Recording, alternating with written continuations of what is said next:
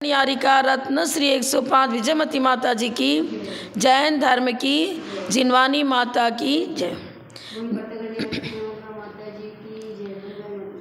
देवागम नभोयान चामरादि विभूतया माया विश्व विदृश्यन्ते नातस्तमसि नो महान की जय। कौन सा पढ़ना है? पेज नंबर 33 नंबर श्लोक।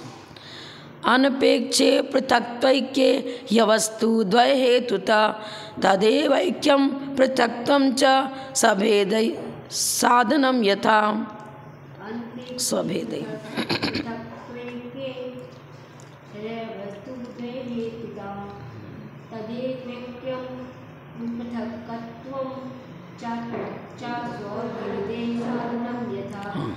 हेडिंग क्या दिया इन्होंने? पृथक एकांत कैसा रहेगा?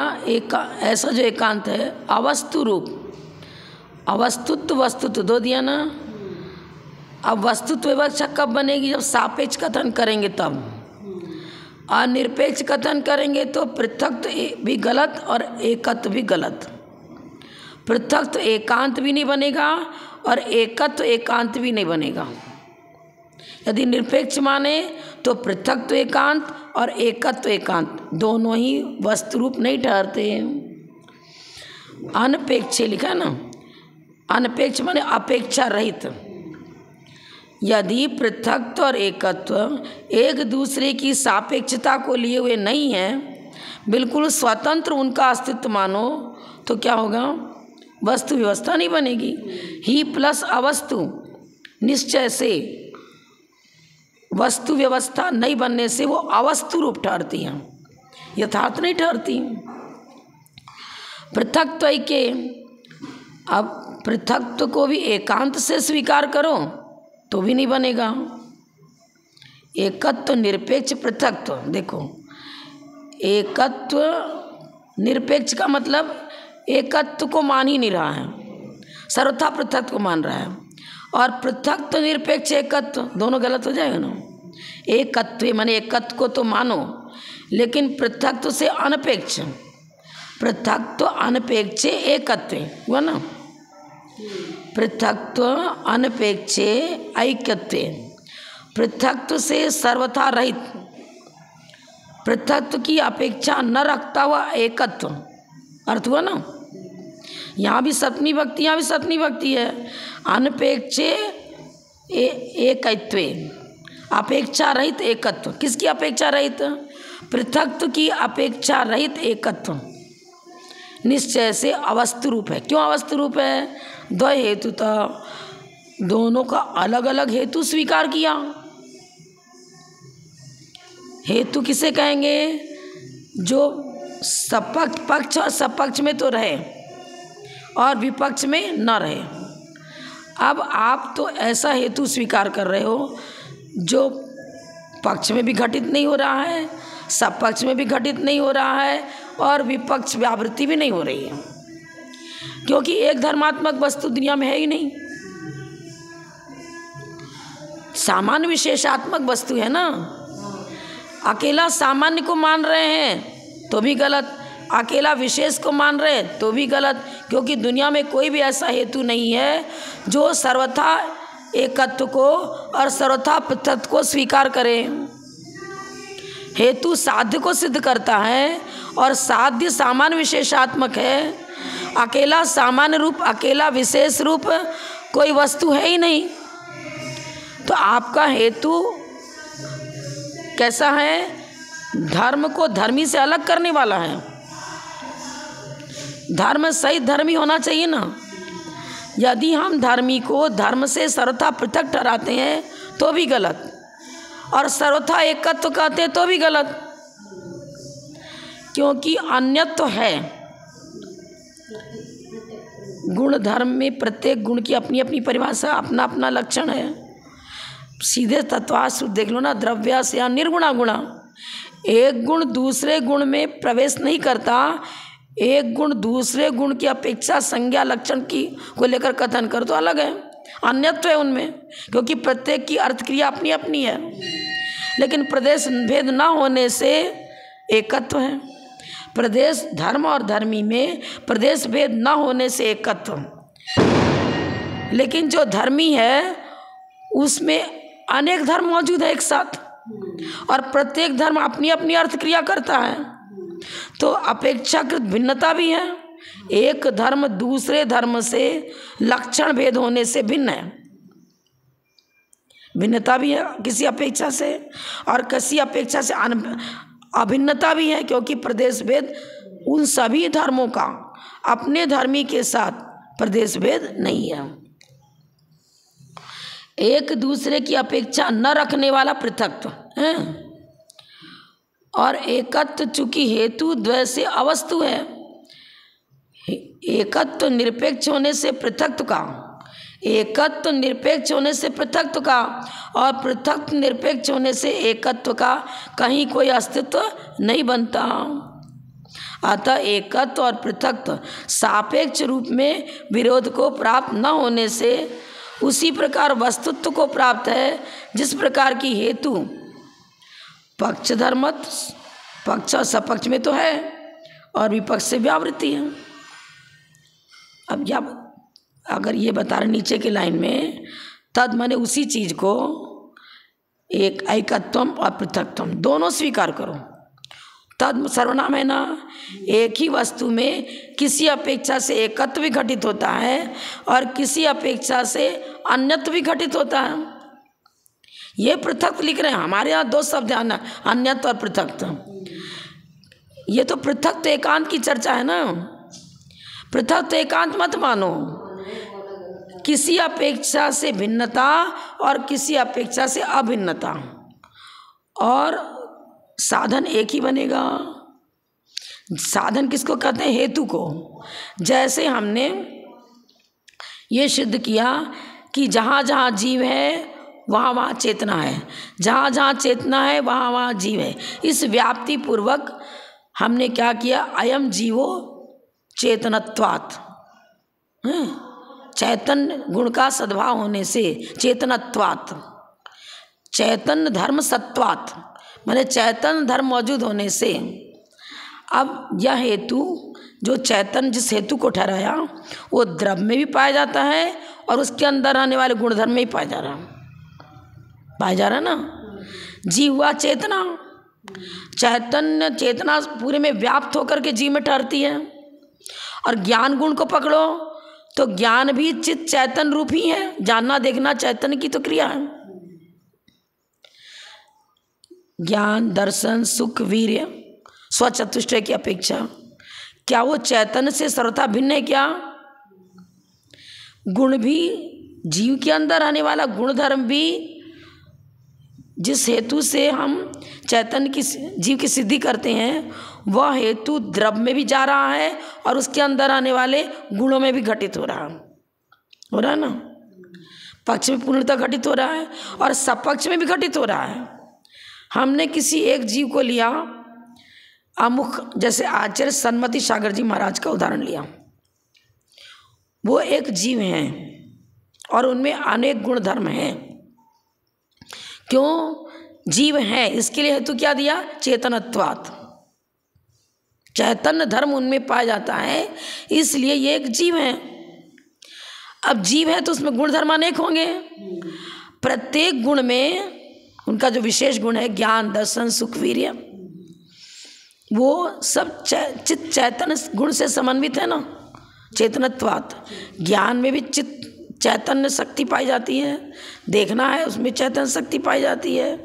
वीर्य ज्ञानावरण कर्म का चोपशम विशेष शक्ति विशेष है। यदि शक्ति नहीं है जानने देखने की तो कैसे जानने देखेगा? और ज्ञाता दृष्टा स्वभाव में ठहरना ही तो सुख है। अब वैभाविक परिणमन करता है तो दुख, स्वाभाविक परिणमन करता है तो सुख। सापेक्ष मानो ना। हाँ, यही बता रहे ये एकत्व और पृथक सापेक्ष रूप में विरोध को प्राप्त नहीं होते हैं। एकत्व को पृथक्त्व से दोनों धर्मों को एक ही द्रव्य में सापेक्ष रूप में घटित करो। एकत्व भी धर्म है, पृथक्त्व भी धर्म है। एकत्व द्रव्यार्थिक न से, पृथक्त्व पर्यायार्थिक न से। एकत्व माने सामान्य धर्म, पृथक्त्व माने विशेष धर्म। वस्तु सामान्य और विशेष दोनों धर्मों से सहित है। सामान्य विशेषात्मक वस्तु है, तो एकत्व पृथक्त्व के बिना जीवित नहीं रह सकता, पृथक्त्व एकत्व के बिना जीवित नहीं रह सकता, उसका अस्तित्व नहीं रहेगा। दोनों सापेक्ष हैं। चैतन्य बिल्कुल अलग कर दो और जीव बिल्कुल अलग कर दो, बनेगा क्या? जीव द्रव्य की चर्चा करें, सामान्य हो गया। अब उसमें अनेक प्रकार की शक्तियां हैं। प्रत्येक शक्ति अपना अपना कार्य करती है। जानने की शक्ति है, देखने की शक्ति है, अनुभव करने की शक्ति है, सुख दुख का अनुभव करता है। वीर्य अपना अनंत चतुष्टय वीर्यांतराय कर्म के क्षय से जो वीर्य गुण प्रकट हुआ, तो वो सब चीज जीव में ही तो घटित हो रहा है ना। लेकिन प्रत्येक धर्म का अपना अपना स्वरूप है। ज्ञान का स्वरूप अलग, दर्शन का स्वरूप अलग, सुख वीर्य अपने अपने लक्षण, जिसका परिभाषा बताएंगे प्रत्येक गुण की, तो अपने अपने गुण की अर्थ क्रिया उनकी है, उसी प्रकार उनकी परिभाषा है। लेकिन लक्षण भेद है। गुण, प्रत्येक गुण अपने अपने लक्षण को लिए हुए, लेकिन धर्मी से भिन्न नहीं है। धर्मी से उन धर्मों का अलग अस्तित्व नहीं है कि जीव तो यहाँ पड़ा हो और चैतन्य गुण यहाँ अलग पड़ा हो। ऐसा है क्या? बनेगा ही नहीं। उसको जीव कहेंगे कैसे? फिर ये चीज़ है। सापेक्ष मानो, यहाँ एक आना इन्होंने। हाँ, पक्ष धर्म सपक्ष, पक्ष धर्मत्व, सपक्ष में सत्व, पक्ष में होना और सपक्ष में भी उसका अस्तित्व होना, और विपक्ष से व्यावृत्ति होना। अन्वय व्यतिरेक घटित करेंगे ना। आलापत्ति में पड़ा, अन्वय माने होना, होने पर होना और नहीं होने पर नहीं होना।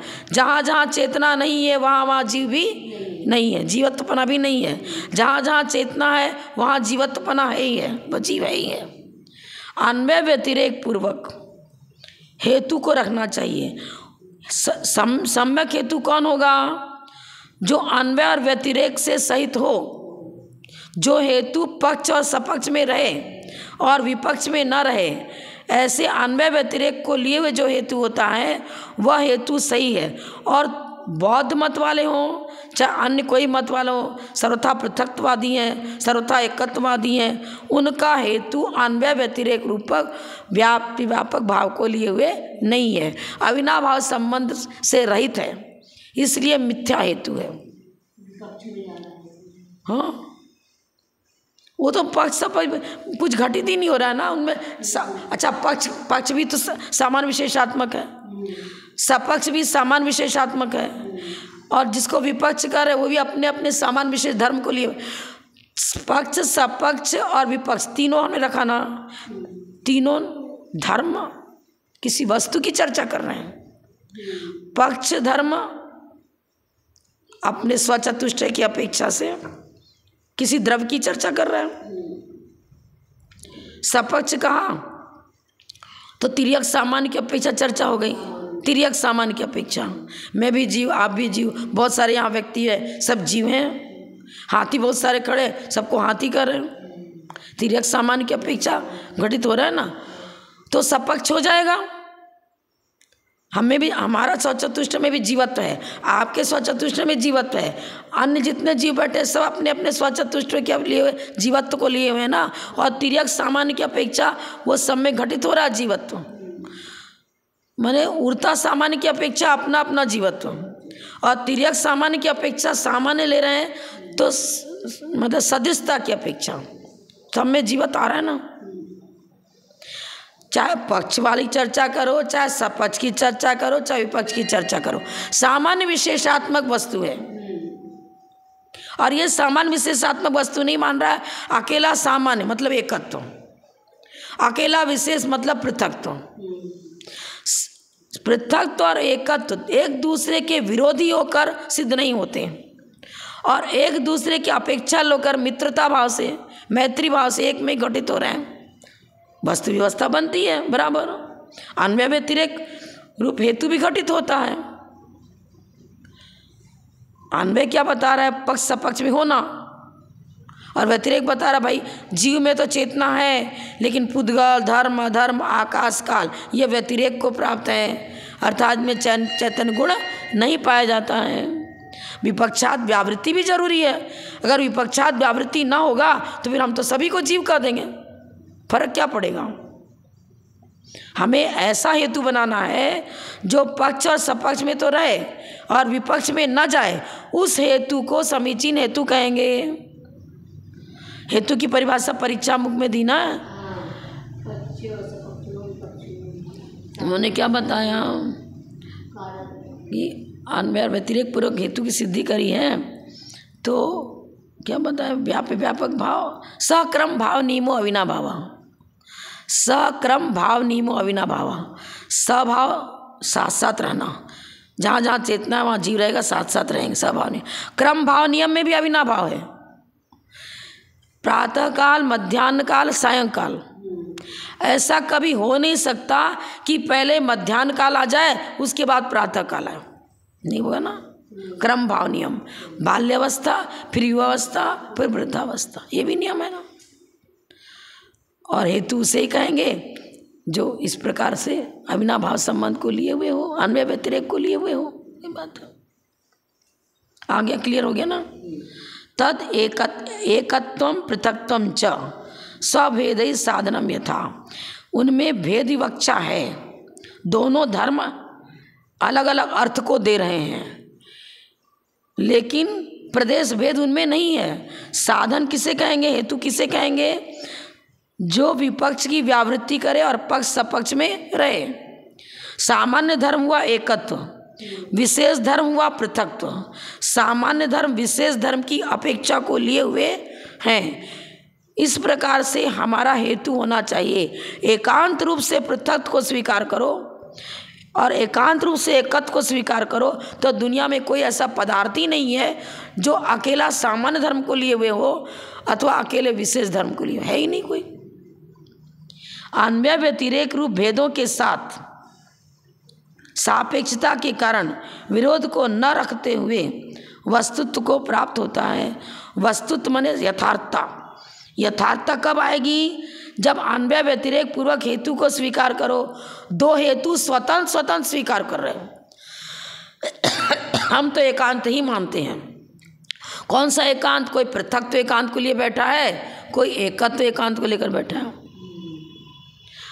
अब ना कोई ऐसा हेतु मिल सकेगा जो अकेला पृथक्त्व को सिद्ध करे, ना कोई ऐसा हेतु है, कोई भी ऐसा हेतु नहीं है जो सर्वथा एकत्व को सिद्ध करे। लोक व्यवहार में भी घटित नहीं हो रहा है ना। आपका बेटा है, उसमें अनेक गुण धर्म स्वीकार करो, एक साथ स्वीकार कर रहे हो। उस पुत्र के अंदर ज्ञान गुण रहता है, वो ज्ञान गुण बिल्कुल अलग पृथक। उसी पुत्र के अंदर सौम्यता है, धर्मनिष्ठता है, तो वो गुण क्या उस पुत्र में नहीं है क्या, अलग पृथक तो अलग है क्या, एक ही में घटित कर रहे हैं ना। जैसे रत्नत्रयधारी कोई मुनिराज है तो सम्यक, सम्यक ज्ञान, सम्यक चारित्र, तीनों गुणों का समुदाय रूप वो जीव है ना। पृथक तो एकांत मानने पर तो अरे ज्ञान बिल्कुल अलग, सम्यक से बिल्कुल अलग, सम्यक ज्ञान बिल्कुल अलग, सम्यक चारित्र बिल्कुल अलग, और धर्म धर्मी से कभी अलग होता ही नहीं है। अनेक धर्मों का पुंज वो वस्तु है, एक धर्मात्मक दुनिया में कोई वस्तु ही नहीं है। अग्नि को ले लो, वो भी एक धर्मात्मक नहीं है। अग्नि द्रव्य हो गया, उसमें प्रकाशकत्व, दाहकत्व, पाचकत्व, भोजन पचता है उससे, और औषधि भी अरे तैयार की जाती है अग्नि पका करके। बहुत सारा हमारा जीवन चल रहा है उससे, अन्न को पकाते हैं तब हमारा एक तरह से अग्नि निमित्त बन रही है। हमारे जीवन साधना में, हमारे जीविका में अनेक पहलुओं से अग्नि सहायक बन रही है, अग्नि तत्व सहायक बन रहा है। उसमें बहुत सारे गुण धर्म हैं, एक ही थोड़ी है। असामान्य गुण धर्म भी अस्तित्व, अस्तित्व, प्रमेय, प्रदेश सत्व आदि बन रहा है।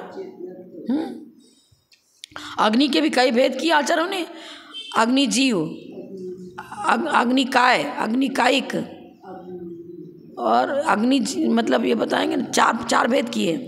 जैसे पृथ्वीकायिक, पृथ्वी जीव, पृथ्वीकाय और सामान्य पृथ्वी।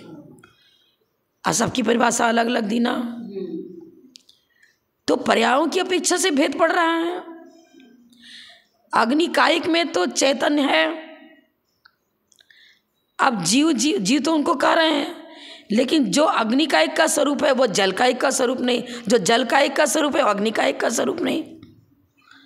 भेद विवक्षा भी है और किसी अपेक्षा से अभेद भी है कि सभी को एकेंद्रीय कर रहे हैं। पृथ्वी का है, जल का है, अग्नि का है, वायु का है, वनस्पति का है, सबको एकेंद्रीय कर रहे हैं। एकेंद्रीय नाम कर्म का उदय है। एकेंद्रीय नाम कर्म का उदय होते हुए भी नाम कर्म के और भेदों को लो तो उसको तो अग्नि का ही कर रहे हैं, क्योंकि वैसा ही नाम कर्म है उसका उदय में आया। किसी को जल का ही कर रहे हैं, उसको उसी प्रकार का नाम कर्म है। नाम कर्म में भेद बनेगा। एक जाति नाम कर्म में भी पृथ्वी का, जल का, अग्नि का, वायु का, वनस्पति का भेद विवक्षा दी है। हमारे यहाँ भेदाभेदात्मक वस्तु है। कभी अन्य द्रव्यों से सदस्यता रखते हुए तिर्यक सामान्य घटित करते हैं और कभी उड़ता सामान्य घटित करते हैं। एक ही जीव में जो पर्यायों की अपेक्षा भिन्नता और उस भिन्नता के बीच भी अभिन्नता, जीव वही है। बाल्यावस्था, युवावस्था, वृद्धावस्था अवस्था की अपेक्षा भिन्नता दिखा रहे हैं, लेकिन जीव वही है। एकत्व भी दिखा रहे हैं। एक वस्तु में ही एकत्व और पृथक दोनों दिखा रहे हैं। वृद्ध को बालक नहीं कहेंगे, बालक को वृद्ध नहीं कहेंगे, पर्याय की अपेक्षा से। ये चीज है स्वभेदई। स्व की जैसा जिस आगम में जिस प्रकार से अन्यत्र पृथक की चर्चा करी है, उसी प्रकार चर्चा करोगे तो वस्तु व्यवस्था बनेगी, और नहीं तो नहीं बन पाएगी। साधन माने हेतु, हेतु समीचीन है तो साध्य का सही रूप में निर्णय हो पाएगा। हेतु भी समीचीन होना चाहिए, साध्य भी समीचीन होना चाहिए। हम जिसको साध रहे हैं वो वस्तु भी अनेक धर्मात्मक है, सामान्य विशेषात्मक है। साध्य भी सामान्य विशेषात्मक धर्म को लिए हुए और हेतु भी सामान्य विशेषात्मक धर्म को लिए हुए, अन्वय व्यतिरेक को लिए हुए होगा ना। हेतु में तो अन्वय व्यतिरेक माने पक्ष सपक्ष में होना, विपक्ष में नहीं होना। हेतु भी सामान्य विशेषात्मक और साध्य भी सामान्य विशेषात्मक, और आप कह रहे हो अकेला सामान्य अकेला विशेष, किसी प्रकार न भूतो न भविष्यति बनेगा ही नहीं, किसी प्रकार नहीं बन सकता। स्वभेद ही भेद विवक्षा पर्यार्थिक नहीं की अपेक्षा से बनेगा, द्रव्यार्थिक नहीं से भेद विवक्षा नहीं बनेगी। स्वकीय पर्यायों की अपेक्षा जब भेद करते हैं तो उनमें भेद विवक्षा नजर आती है, और जब द्रव्यार्थिक द्रव्य से चर्चा करते हैं, अरे उन सभी पर्यायों का समुदाय वो स्वकीय द्रव्य वही तो है ना। स्व शब्द भी लगा रहे हैं, स्वकीय शब्द भी लगा रहे हैं, वही है वही है, और भेद भी दिखा रहे हैं कि नहीं भी है नहीं भी है, नहीं भी, अस्ति नास्ति, दोनों एक साथ एक ही वस्तु में सापेक्ष रूप में अलग अपनी अपनी अपेक्षा से घटित हो रहे हैं। ये चीज आगे एकत्व पृथक एकांतों की निर्दोष व्यवस्था। सत्सामान्यात्तु सर्वैक्यम पृथक द्रव्यादि भेदत भेदाभेद विवक्षाया मसाधारण हेतुवत।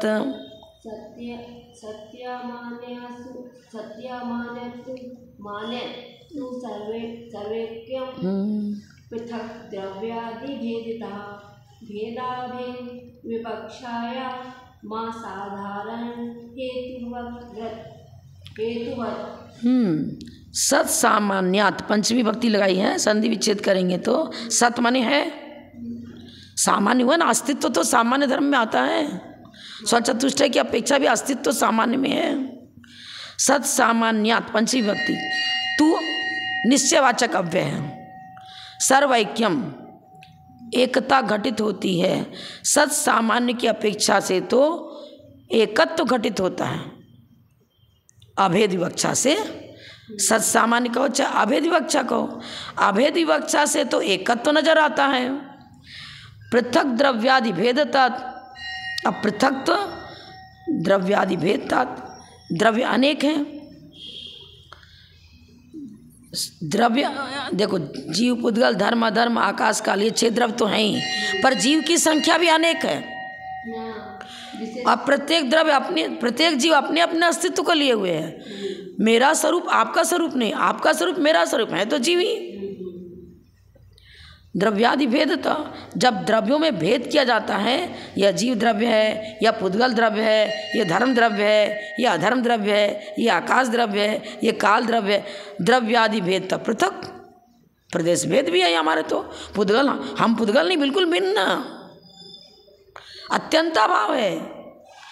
जीव का गुणधर्म जीव में ही है, पुद्गल का गुणधर्म जीव में नहीं, प्रदेश भेद है। जीव द्रव्य में और पुद्गल द्रव्य में प्रदेश भेद है, तो द्रव्यादि भेद, तो एक द्रव्य दूसरे द्रव्य से सर्वथा भिन्न है।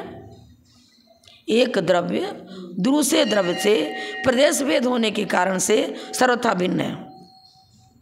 अत्यंता भाव जिसको बोलते हैं ना, एक द्रव्य का दूसरे द्रव्य में सर्वथा अभाव है, अत्यंता भाव। अभी अत्यंता भाव हमने बता दिया, ठीक है। लेकिन हम परीक्षा मुख आपने पढ़ा, उसमें क्या बताया? सादृश्य प्रतिविज्ञान भी बताया। सादृश्य की अपेक्षा से एकेंद्रीय जाति नाम कर्म के उदय से सहित जितने जीव हैं उन सबको जीव समाज की अपेक्षा हम एकेंद्रीय कर रहे हैं, लेकिन एक पृथ्वी है, एक जल है, एक अग्नि है, एक वायु है, एक वनस्पति, अन्यत्र भी है। पृथ्वी का एक जीव का प्रदेश अलग, जल का एक जीव का प्रदेश अलग, अत्यंत अभाव। जो पृथ्वी का एक है वो सर्वथा जीव का एक नहीं, जल का एक नहीं, जो जल का एक है वो सर्वथा पृथ्वी का एक नहीं, अत्यंत अभाव हो गया ना। इसी तरह धर्म अधर्म द्रव्य भी यानी हाँ, हो जाएगी ना। धर्म द्रव्य तो संख्या में एक ही है, एक है, लेकिन नाना जीवों की अपेक्षा से जीव में तो नानापना बनेगा, लेकिन धर्म द्रव्य में तो धर्म द्रव्य की समर्थना एक दूसरा धर्म द्रव्य होता तब तो सदृशता दिखती, वह सादृश्य ही रहेगा। जैसे इस जीव को ठहरने में सहायक हो रहा है अधर्म द्रव्य, वो तो निमित्त है, द्रव्य थोड़ी कहलाएगा। द्रव्य की चर्चा कर रहे हैं ना, द्रव्य अलग है। सहायक बनने को तो कहा, सहायक बनने को तो ये शरीर पुद्गल है, मेरे धर्म साधना में सहायक बन रहा है ना। द्रव्येंद्रियाँ सारी सहायक बन रही हैं, है पौद्गलिक। धर्म द्रव्य भी अजीव द्रव्य में आएगा, अजीव द्रव्य है, उदासीन रूप में सहायक है, वो चर्चा बिल्कुल भी नहीं। यहाँ तो चर्चा ये चल रही है सर्वथा पृथक सर्वथा एकत्व की चर्चा चल रही है। धर्म द्रव्य में जीव के प्रदेश अलग, धर्म द्रव्य के प्रदेश अलग, एक द्रव्य का दूसरे द्रव्य में सर्वथा अभाव, अत्यंत अभाव।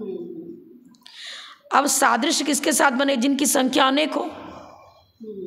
अब जिसकी संख्या एक, आकाश के समान कोई आकाश कोई दूसरा है क्या? नहीं है ना, अकेला एक ही है। धर्म द्रव्य अधर्म द्रव्य एक ही है। काल द्रव्य की संख्या अनेक है, काल द्रव्य की संख्या कितनी? असंख्यात। लोकाकाश का प्रदेश असंख्यात है और काल द्रव्य की संख्या भी असंख्यात है। तो सदृशता, प्रत्येक एक काल द्रव्य जितने, एक परमाणु जितने स्थान को घेरता है उतने को शुद्ध हमने काल द्रव्य की अवगाहना बताई, और लोकाकाश के एक एक प्रदेश पर एक एक काल द्रव्य ठहरा हुआ है। सब में वही गुणधर्म है। इस काल द्रव्य में जो गुणधर्म है वही वैसा ही गुणधर्म दूसरे काल द्रव्य में, दूसरे वाले काल द्रव्य में जिस जैसा गुणधर्म है वैसे तीसरे में सदृशता है ना, सदृशता है, लेकिन प्रत्येक अपने अपने प्रदेश को लिए हुए हैं। हाँ, लक्षण सदृश जैसा सादृश्य है। हम यहाँ भी लक्षण सदृश बता रहे हैं। जितने भी जीव है सब में चेतना पाई जाती है। हाँ? यदि देखो सत सामान्यात्तु सर्वैक्यम, सीधे लिख लो, द्रव्यार्थिक न से तो एकत्व होता है। अभेद विवक्षा से सभी में एकत्व, सत सामान्य सद द्रव्य लक्षणम, अभेद विवक्षा सद द्रव्य लक्षणम। सत में छह द्रव्य आ गए ना। अस्तित्व धर्म से रहित कोई पदार्थ है क्या? अपने अपने अस्तित्व को लिए, लेकिन अस्तित्व है ना। तो अभेद विवक्षा से हमने क्या कहा? सद्रव्य लक्षणम। फिर भेद विवक्षा करी तो अब अलग अलग बता दिया। भेद विवक्षा से अरे सत्य तो हैं, पर ब्रह्माद्वैतवाद की तरह सब अद्वैत भाव को लिए हुए एक अस्तित्व नहीं है उनका। मैं भी जीव द्रव्य हूँ, आप भी जीव द्रव्य, मेरा प्रदेश भेद अलग, आपका प्रदेश भेद अलग, सर्वथा अभेद नहीं, भेदाभेदात्मक। अपना अपना अस्तित्व है ना। सचतुष्टय पर चतुष्टय लगा, भेद विवक्षा आ जाएगी। स्वचतुष्टय पर चतुष्टय की चर्चा हम कुछ भी नहीं कर रहे हैं, सत सामान्य की चर्चा करें, एकत्व। पृथक द्रव्यादि भेद तक, प्रत्येक द्रव्य में भेद विवक्षा मौजूद है, इस अपेक्षा से पृथक बना भी है। द्रव्यों में एक द्रव्य दूसरे द्रव्य रूप परिणमन नहीं करता, प्रत्येक द्रव्य अपने अपने अस्तित्व को लिए हुए है, इसलिए पृथक भेद विवक्षा भी है। लक्षण भेद की अपेक्षा भेद, संख्या भेद की अपेक्षा भेद। अब अभेद विवक्षा में हम 6 द्रव्यों का एक सामान्य स्वरूप बता रहे, सद्रव्य लक्षण, अभेद विवक्षा। फिर अलग अलग बताते, भेदाभेद विवक्षायाम लिख रहे ना, भेद विवक्षा और अभेद विवक्षा एक ही द्रव्य में घटित होती है। विवक्षा में भेद है और अभेद है, वस्तु के स्वरूप में हम सर्वथा भेद अभेद नहीं लगाएंगे। स्वरूप तो भेदा भेदात्मक दोनों प्रकार को लिए हुए ना, स्वरूप में गौणता मुख्यता नहीं होती है। वस्तु स्वरूप का जब निरूपण करेंगे तो गौणता मुख्यता नहीं हो। सामान्य धर्म भी वस्तु का स्वरूप है और विशेष धर्म भी वस्तु का स्वरूप है, दोनों ही स्वरूप हैं। स्वरूप की चर्चा कर रहे तो न गौणता न मुख्यता। जब कथन करेंगे, विवक्षा माने कथन, जब कथन करते हैं तब भेद विवक्षा से कथन करेंगे तो अभेद विवक्षा को गौण कर देंगे, जब अभेद विवक्षा से कथन करेंगे तो भेद विवक्षा को गौण कर देंगे। कथन करेंगे ना, जब हम अभेद विवक्षा से कथन कर रहे हैं तो स्वचतुष्टय से अस्ति हम हैं। स्वद्रव्य स्वचेत स्वकाल स्वभाव की अपेक्षा से हम सब अपने अंदर अस्तिपना, अस्थि और नास्ति 2 धर्म है ना। स्वचतुष्टय से अस्थि धर्म घट रहा है, पर उसी स्वचतुष्टय में मान लो हम ज्ञान स्वरूप हैं, कह दिया हमने। अब ये तो ज्ञान स्वरूप एक अभेद विवक्षा हो गई, ज्ञान धर्म। ज्ञान की पर्याय कितनी बनेंगी? बहुत सारी पर्याय बनेंगी। जीवकांड में देख लो, चौसम की अपेक्षा नाना, एक इंद्रिय निगोद में पड़ा हुआ जीव का ज्ञान और एक केवली का ज्ञान, ज्ञान तो बैठा रहे हैं, बता रहा। हाँ, बहुत भेद विवक्षा बन जाएगी। एक जीव में भी अनेक भेद विवक्षा बन रही है। हमारा पहले जब हम जन्म लिया था तब मेरे ज्ञान की क्या पर्याय थी, जब हम स्कूल कॉलेज जाने लगे फिर क्या तारतम्य बन रहा है ज्ञान का, और अभी भी हमारे ज्ञान का क्या रूप बन रहा है, पर्याय के पीछे भेद बन रहा है ना। भेदा भेद दोनों बैठेगा। ज्ञान सामान्य की अपेक्षा हम ज्ञान स्वरूप ही हैं, पर ज्ञान की पर्यायों में कितना भेद बन रहा है, उसी द्रव्य में भेदा भेद मानना पड़ेगा ना। अब हम चर्चा कर रहे हैं गणनिहारिका विजयमती माता जी की, और हम कह रहे हैं उनको न्याय ग्रंथ का बहुत अच्छा ज्ञान था। तो क्या अन्य का ज्ञान नहीं था? हम चर्चा तो एक की कर पाएंगे एक बार में, अन्य ज्ञान तो गौण रूप में है ना। विवक्षा में गौणता मुख्यता होती है, स्वरूप में गौणता मुख्यता नहीं होती है। उन गणनिहारिका विजयमती माता जी का जब स्वरूप सामान लिया जाएगा, उस स्वरूप सामान में उनका सारा व्यक्तित्व कर्तृत्व उसमें गर्भित है। जब उनके कर्तृत्व व्यक्तित्व की चर्चा करेंगे तो एक गौण बनेगा, एक मुख्य बनेगा, अन्य गौण बनेंगे। ये विवक्षायाम, विवक्षा करते समय जब किसी चीज की विवक्षा करते हैं उस समय भेदाभेदात्मक होगा। मैं हूं, अस्तित्व, मेरा अस्तित्व है, ठीक है। तो मैं शब्द का प्रयोग किया हमने, स्वचतुष्टय हो गया। स्वचतुष्टय की अपेक्षा अब अभेद भी रहेगा और भेद भी रहेगा। विपक्षात व्यावृत्ति, विपक्षात व्यावृत्ति भिन्न। अब जैसे हमने एक अस्थि में ही भेद अभेद दोनों लो, अस्थि में ही भेद अभेद दोनों लो। मुझ में ज्ञान भी है और भी गुण है, सभी रत्नत्रय है। उत्तम क्षमा मार्दव आर्दव चारित्र की पर्यायों की चर्चा कर लो। सम्यक दर्शन में उपसम समझ उपसम समझ छाई समझ की चर्चा कर लो। ये एक ही जीव में रहने वाले अनेक गुण धर्म घटित हो रहे हैं। एक ही जीव में हो रहा है, इस अपेक्षा से तो अभेद, पर गुण धर्म की पर्याय ले रहे हैं तो अनेक भेदाभेद हो गया ना। विवक्षा असाधारण हेतुवत लिख रहे हैं। असाधारण हेतु किसे कहेंगे? असाधारण हेतु अभेद की दृष्टि से एक रूप और भेद की दृष्टि से अनेक रूप है। असाधारण हेतु अविनाभाव संबंध को जो लिए हुए होता है, अन्वय व्यतिरेक को लिए हुए होता है, उसी को इन्होंने यहाँ पर असाधारण हेतु कहा है। असाधारण हेतु कौन? साधारण और अ लगा दिया उसके पहले हैं, मतलब विपक्षात व्यावृत्ति, पक्ष सपक्ष में तो रहे और विपक्ष में न रहे। पर पक्ष सपक्ष भी तो, जिसको हम पक्ष कह रहे हैं वो भी अनेक धर्मात्मक है, और जिसको सपक्ष कह रहे हैं वो भी अनेक धर्मात्मक है। अब पृथक तो और भेद और अभेद दोनों घटित होगा ना। द्रव्य एक है और इसमें गुण धर्म अनेक घटित कर रहे हैं, तो क्या कर रहे हैं? जिस प्रकार असाधारण हेतु अभेद की दृष्टि से तो एक रूप, देखो जब अभेद विवक्षा चालू करते हैं तो एक रूप, और जब भेद विवक्षा करके कथन करते हैं तो अनेक रूप। विवक्षा किसकी चल रही है? एक ही द्रव्य की विवक्षा, एक ही द्रव्य की चल रही है, पर उसमें हम कथन करते समय जब अभेदपना कर रहे हैं, अरे ये गण्य माता, गण्यार का विजयमती माता जी, उनका अनुभव कर रहे हैं, अनेक गुणों का पुंज स्वरूप। लेकिन जब एक एक गुण को अलग अलग दिमाग में लाते हैं, अनुभव करते हैं, चिंतन करते हैं, कथन करते हैं, तो भेद विवक्षा हो गई। विवक्षा में गौणता मुख्यता होती है, स्वरूप में गौणता मुख्यता नहीं होती है। स्वरूप कैसा है? सामान्य विशेषात्मक, सर्वथा सामान्य नहीं, सर्वथा विशेष नहीं। हेतुवत लिख रहे हैं ना, क्यों? असाधारण हेतु को विशेषता नहीं आएगी, हाँ, स्वरूप में सामान्य विशेषता नहीं है। स्वरूप में वस्तु सामान्य विशेषात्मक दोनों धर्मों को एक साथ लिए हुए हैं, और विवक्षा में हम सभी धर्मों का एक साथ कथन नहीं कर पाते हैं, अन्य धर्म को गौण कर रहे हैं और एक को मुख्य बना रहे हैं, तो गौणता मुख्यता पूर्वक कथन हो रहा है। लेकिन गौणता मुख्यता हो रही है, सर्वथा अभाव नहीं दिखा रहे हैं, ये चीज़ है। हाँ, स्वरूप का ही कथन कर रहे हैं, पर सारे स्वरूपों को एक साथ शब्दों का विषय नहीं बना सकते, तो गौण कर रहे हैं। ये एकांतवादी गौण मुख्य नहीं करते, ये तो हटा ही देते सर्वथा। मात्र अस्तित्व को स्वीकार करे बिना नास्तित्व के। अस्ति नास्ति दोनों सापेक्ष हैं। भेद अभेद भेदाभेदात्मक वस्तु है, और मतलब द्रव्यार्थिक न्याय का विषय हो चाहे परार्थिक न्याय का विषय हो, दोनों ही वस्तु के स्वरूप की चर्चा कर रहे हैं।